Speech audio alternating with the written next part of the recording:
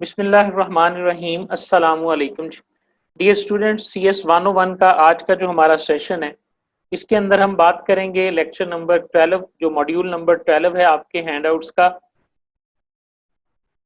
उसमें सबसे पहले बूलियन ऑपरेशंस हैं। मैं थोड़ा सा आज मोड को फास्ट करूंगा क्योंकि कुछ चीज़ें इसके अंदर सिर्फ पढ़ने वाली हैं और कुछ समझने वाली हैं। बूलियन ऑपरेशंस जो हैं, ये जॉर्ज बूल नाम का एक मैथमेटिशियन था जिसने बूलियन अलजेब्रा जो है वो ईजाद किया था।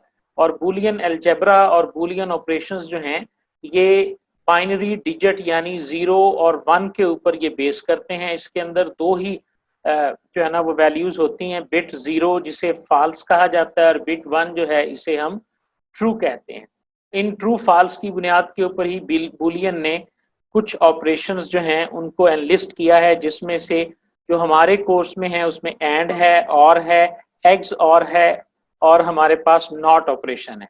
आपने जो चीज़ इसमें से फॉलो करनी है या जो चीज़ आपने इसमें से देखनी है वो आपके ज़ुम्मे क्या है। आपने सिंपल इसमें जो ऑपरेशन होगा उसकी आपने डेफिनेशन याद करनी है और उसका ट्रुथ टेबल और उसकी ये जो अलामत है ये आपको याद होनी चाहिए। एंड ऑपरेशन जो है आप देख लें, ये इसकी अलामत है डी शेप की। और ट्रुथ टेबल इसका क्या है कि जब इसकी दोनों इनपुट्स 1 होती हैं उस वक्त ये 1 जवाब देता है, यानी when both inputs will be true then the output of AND operation will be true. Otherwise जितने भी केसेस होंगे उनके अंदर ये फॉल्स होगा। अगर आप इसको देखें जरा यहाँ पे, तो ये एंड है। और इसके बिल्कुल उल्ट है कि ये उस वक्त जो है ना वो 1 प्रोड्यूस करेगा। इसके उल्ट जितने भी हमारे पास हैं, यानी ये उस वक्त 0 प्रोड्यूस करेगा जब दोनों वैल्यूज 0 होंगी, और इन आइदर केस जो है ये हमारे पास 1 प्रोड्यूस करेगा। वेरी सिंपल है। This is called truth table और ये इसका सिंबल है। 2 इनपुट हैं, एक आउटपुट है। इनपुट देख लें जी, 0 0 0 1 1 0 1 1। ये हमारे पास 4 कॉम्बिनेशन बनेंगे। जब 2 इनपुट होती हैं तो मैक्सिमम 2 की ताकत 2, 4 कॉम्बिनेशन बनते हैं।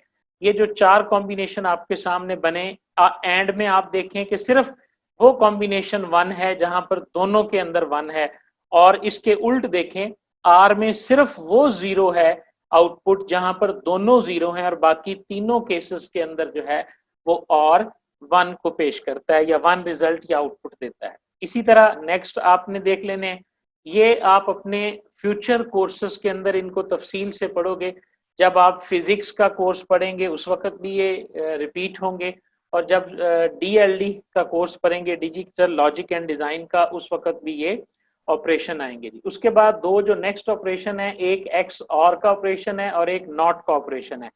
एक्स और को हम पढ़ते हैं जी एक्सक्लूसिव और बहुत ही सिंपल सा इसका जो याद है कि ये it produce 0 when both inputs are same. जब दोनों इनपुट्स सेम होती हैं तो ये 0 प्रोड्यूस करता है। इसके अलावा जब अल्टरनेट इनपुट्स होती हैं तो उस वक्त ये 1 जनरेट करता है।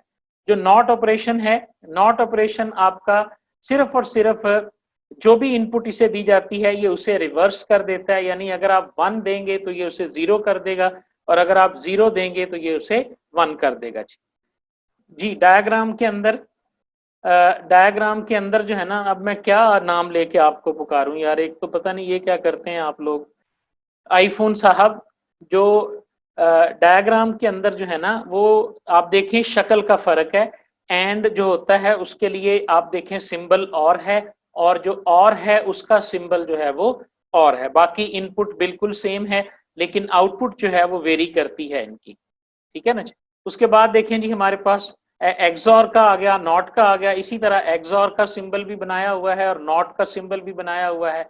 एक्स और का ट्रूथ टेबल भी है। देखें यहाँ पर 2 0 हैं तो ये 0, और जहां पर सेम इनपुट आती है एक्स आर उसको 0 कर देता है, और जहां पर इनपुट जो होती है वो सेम नहीं होती वहां पर एक्स आर जो है वो उसे आपके लिए जो है वो आउटपुट कर देता है। ठीक है।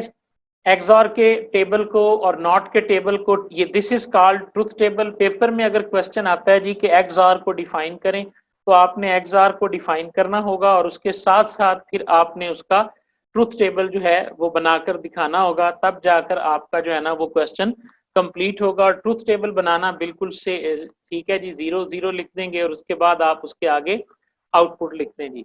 बिल्कुल जी, जो लोग इंटर में मैथ जो लोग आईसीएस में या इंटर में अपने जिन्होंने फिजिक्स पढ़ी है उनके लिए ये कोई नई चीज नहीं है, ये बिल्कुल सेम है जी और इजी कॉन्सेप्ट है जी। उसके बाद ये कंबाइंड टेबल दिया गया है जी, जिसके अंदर ए और बी की वैल्यू दी गई है और उसके बाद एंड के साथ क्या जवाब आएगा, और के साथ क्या जवाब आएगा, एक्स और के साथ क्या आएगा, ये एक एग्जाम्पल जो है वो सॉल्व करके दिखाई गई है। और सिंपली आपको वैल्यूज दे के आपसे ये भी कहा जा सकता है कि इसके ऊपर एंड ऑपरेशन को परफॉर्म करके दिखाएं। किसी भी हवाले से आपको एंड और या नॉट या एक्स और ऑपरेशन के अलावा, मसलन पेपर में ये इस तरह का सवाल भी आ सकता है कि आपको दो वैल्यूज दे दी जाएं, ठीक है, ये देख रहे हैं ना आप, दो वैल्यूज आपको दे दी गई हैं और आपसे कहा जाए कि इसके ऊपर जो है वो एंड ऑपरेशन लगाकर दिखाएं, तो हम एंड इसके ऊपर लगा सकते हैं। ये भी 0 होगा, ये 1 होगा, ये 1 0 0 0 0, ये 1 और ये भी 0 और ये भी 0 1 हो जाएगा, ठीक है। इस तरह आप एक्सआर लगा के दिखा सकते हैं, नॉट लगा के दिखा सकते हैं, किसी भी तरीके से क्वेश्चन जो है वो आपसे पूछा जा सकता है जी। इसके बारे में मेरा नहीं ख्याल कि कोई कंफ्यूजन होगी जी। जी, एक्सऑर जो है वो उनमें दोनों का डिफरेंट होना जरूरी है आउटपुट 1 के लिए, और नॉट के अंदर तो रिवर्स है, अगर 0 ट्रू होगा तो वो फॉल्स करेगा और अगर फॉल्स आएगा तो वो उसे ट्रू कर देगा जी, ठीक है जी। इनपुट के लिए तो वो बिल्कुल सेम है जी, उसमें कोई ऐसा इशू नहीं है जी। ठीक हो गया जी। उसके बाद आ जाएं जी आप, नेक्स्ट हमारे पास है, ये बहुत अहम है जी, मॉड्यूल 13 जो है ये हेक्साडेसिमल नोटेशन है जी। ये जरा ध्यान से आपने करना है जी। हेक्साडेसिमल नंबर्स जरूरी क्यों हैं, हेक्साडेसिमल नोटेशन क्या है, इसको समझने के लिए आप समझें जी, ये बेस 16 का जो है ना वो नंबर सिस्टम है, यानी असास 16 का निज़ाम। जिस तरह बेस हमारे पास 10 का होता है, बेस 2 का होता है, इसी तरह ये बेस 16 है। इसमें 0 1 और इसी तरह 2, ये चलते चलते 9 तक हमारे पास सिंबल यूज होते हैं। उसके बाद जो 10 है उसके लिए ए है, 11 के लिए बी है, इसी तरह 12 के लिए सी है, 13 के लिए डी, 14 के लिए ई है और 15 के लिए जो है वो हमारे पास एफ है। तो इस तरह ये टोटल जो डिजिट्स हमारे पास बन गए हैं वो 16 बने हैं और जो मैक्सिमम वैल्यू है इसके अंदर वो एफ है, विच इज इक्वल टू 15, और जो मिनिमम वैल्यू है वो 0 है। ये टोटल कैरेक्टर्स हैं जिनको हेक्साडेसिमल नंबर जो है वो सपोर्ट करता है, ठीक है। हेक्साडेसिमल नंबर की सूरत में ही कंप्यूटर में डाटा को जो है ना वो डिनोट किया जाता है। असल में जो प्रोसेसिंग होती है डाटा की, वो सारी की सारी जो है वो बाइनरी में होती है, लेकिन इसकी जो ट्रांसक्राइबिंग होती है, यानी जितने भी आपके पास पैटर्न्स हम रीड करते हैं, राइट करते हैं, प्रोसेसर वो हेक्साडेसिमल की सूरत में करते हैं जी, ठीक है।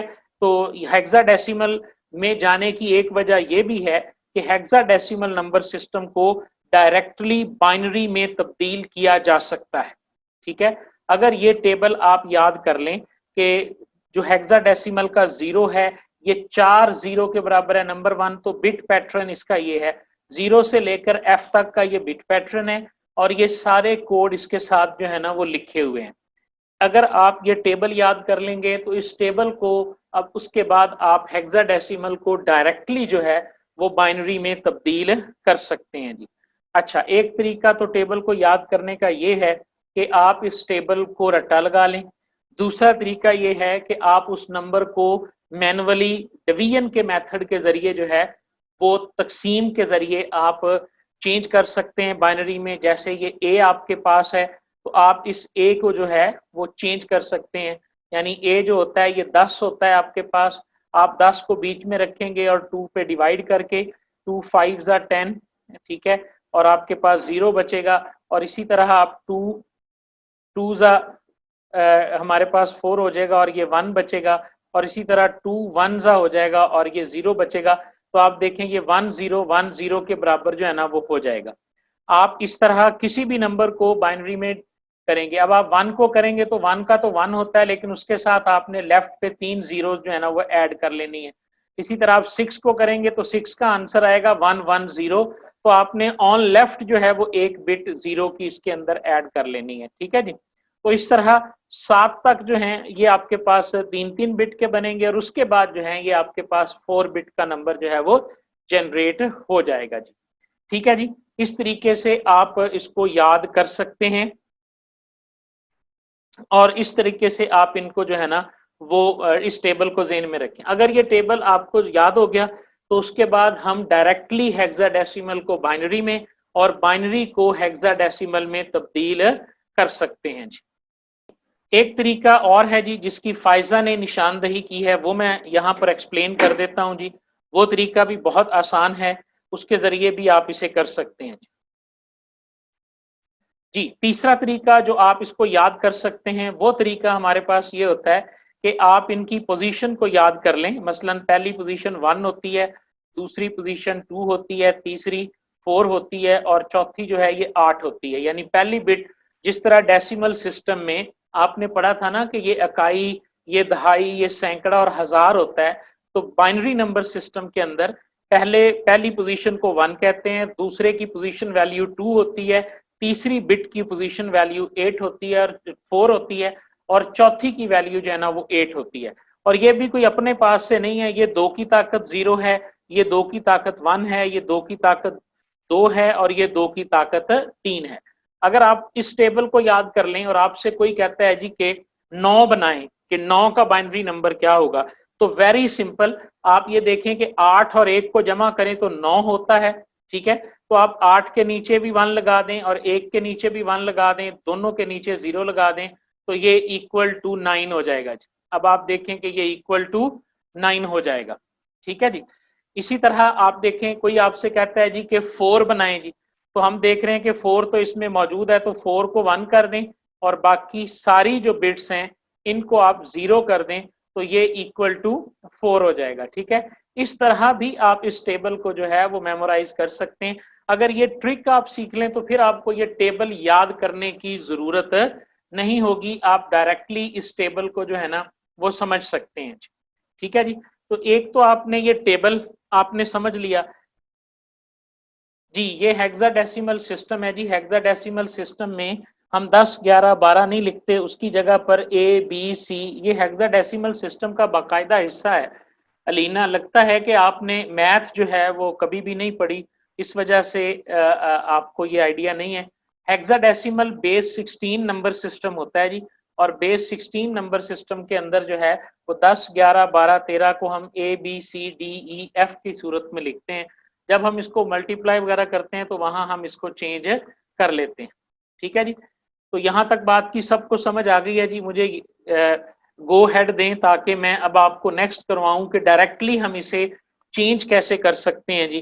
कि आप जो है ना ज़ूलॉजी की स्टूडेंट होंगी यकीनन ना आप, तो आप इसको चेंज कैसे कर सकते हैं।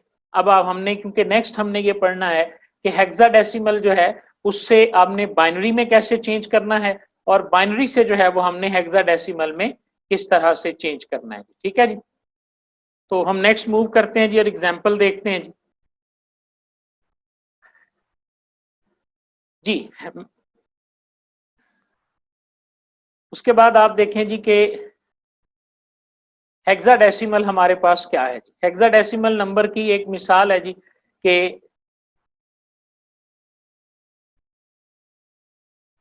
अब हम हेक्साडेसिमल में ये हमें एक नंबर दे दिया गया है और कहते हैं जी कि ये एक बाइनरी नंबर है, इसको हेक्साडेसिमल के अंदर जो है ना वो आप चेंज करेंगे। तरीकाकार बिल्कुल सिंपल है जी। इसका हमने करना क्या है कि इस नंबर को हमने 4-4 पैटर्न्स के अंदर जो है ना वो चेंज कर लेना है जी, ठीक है। यहाँ से मैं दोबारा एनोटेट करता हूँ, राइट साइड से आप 4-4 का जो है ना वो पेयर बना लें इसका, ठीक है। राइट साइड से आपने 4-4 के पेयर बनाने हैं जी, ये ज़हन में रखना है आपने, लेफ्ट से आपने नहीं बनाने। ये 4-4 के आप पेयर बनाते जाएं जी, ठीक है। और ये आपके पास 16 हो गए। अगर लेफ्ट पे 4 नहीं भी बचते तो उसके ऊपर आप 0 लगा लेंगे। अब ये 4-4 के पैटर्न बन गए हैं, आप डायरेक्टली आप इन्हें चेंज कर सकते हैं जी। अब आप देखें वैल्यूज को लिखें जरा, 1, 2, 4 और 8 है और नंबर आपके पास है पहले वाला 1, 1, 1, 0, यानी 1, 1, 1 और 0। तो ये क्या बनेगा जी, 8 और जिनके नीचे 1 है उनको ऐड कर लें, 8 और 4 12, 12 और 2 कितना बना जी 14 बना जी 14। तो 14 के लिए हम लिखते हैं ई, तो आप देखें जी ये 14 के लिए आप ई लिख देंगे। उसके बाद आपके पास जो अगले 4 नंबर हैं वो 1 0 0 0। इसी टेबल के नीचे जब आप लिखेंगे 1 0 0 और 0, तो आप देखें सिर्फ 8 वाली बिट ऑन है, तो ये सिंपल 8 बन जाएगा। और ये देखें यहाँ पर 8 लिखा गया। उससे आगे जो है वो है 0 1 0 1। हम इसी के नीचे लिखेंगे 0 1 और यहाँ पर भी 0 1 लिखेंगे। तो अब आप देखें ये 1 जो है ये 4 वाला ऑन है और उधर से हमारे पास जो है वो 1 वाला ऑन है। तो 4 और 1 5 बने, तो ये हमारे पास 5 बन गया। अगला पैटर्न भी 0 1 0 1 है, ये 5 बन गया। उसके बाद 0 0 1 है, तो ये सिंपल 1 के इक्वल है। और 0 1 1 1, ये अगर आप यहाँ पर कैलकुलेट करेंगे 0 1 1 1, तो अब आप देखें ये 3 1 है, तो 4 जमा 2 जमा 1 ये 7 हो जाएगा। तो इस तरह आपके पास जो है ना ये 7 के अंदर जो है ना वो तब्दील हो गया जी। ठीक है जी। तो इस तरह आप इन पैटर्न्स को जो है वो 1 2 4 8 के टेबल के साथ जो है वो कैलकुलेट कर सकते हैं जी। ठीक है जी। आयशा अपने एलएमएस के अंदर चेक करें कि मिड तक कितने मॉड्यूल्स हैं जी। जो आपका एलएमएस है उसके अंदर पूरी तरतीब दी हुई है कोर्स ओवरव्यू के अंदर। तकरीबन 100 से ज़्यादा मॉड्यूल्स जो हैं वो एलएमएस के अंदर मौजूद हैं। जहां तक मुझे याद है 120 के करीब जो मॉड्यूल्स हैं वो मिड तक आएंगे जी। ये देखें जी 125 जो है वो रिप्लाई आया है टेक्नोस्पार्क की तरफ से जी।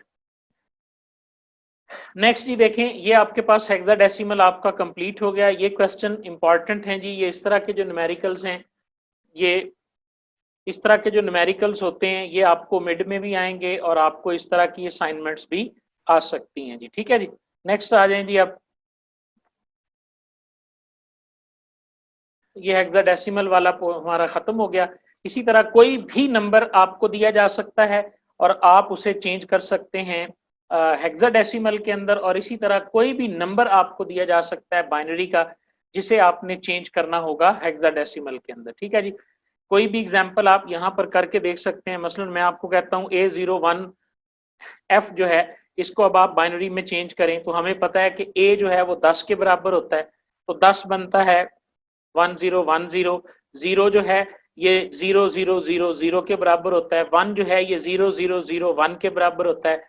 फिर जो 1 है वो 0001 के बराबर होता है। और जो F होता है ये 4 दफा 1 के बराबर होता है। तो चूंकि मुझे ये कैलकुलेट नहीं करना पड़ा, आप जाहिर है जब 1-2 दफा प्रैक्टिस करेंगे, बहुत सिंपल सी प्रैक्टिस है, तो आप इसको बड़ी आसानी के साथ जो है ना वो देख सकते हैं जी, और इसे प्रैक्टिस कर सकते हैं। ठीक है जी। इसी तरह ये बिट पैटर्न दिया हो, बाज़ औक़ात ऐसा होता है कि बिट पैटर्न आपको इस तरह करके दिया जाता है। ठीक है। अब आपने इसको राइट साइड से 4-4 में तब्दील करना है। अब आपने ये देखें ये 4-4 किए, ये वाला 4 नहीं बचा, तो इसके लेफ्ट पे आपने 2 ऐड कर लेने हैं खुद से, क्योंकि लेफ्ट पे ऐड करने से कोई फर्क नहीं पड़ेगा। अब आप इनको चेंज कर लेंगे जी। ठीक है। ये वाला जो है ये जो नीचे वाला 0 1 0 है ये 2 के बराबर है, और अगले तीनों कुदरती जो हैं वो ए बने हैं।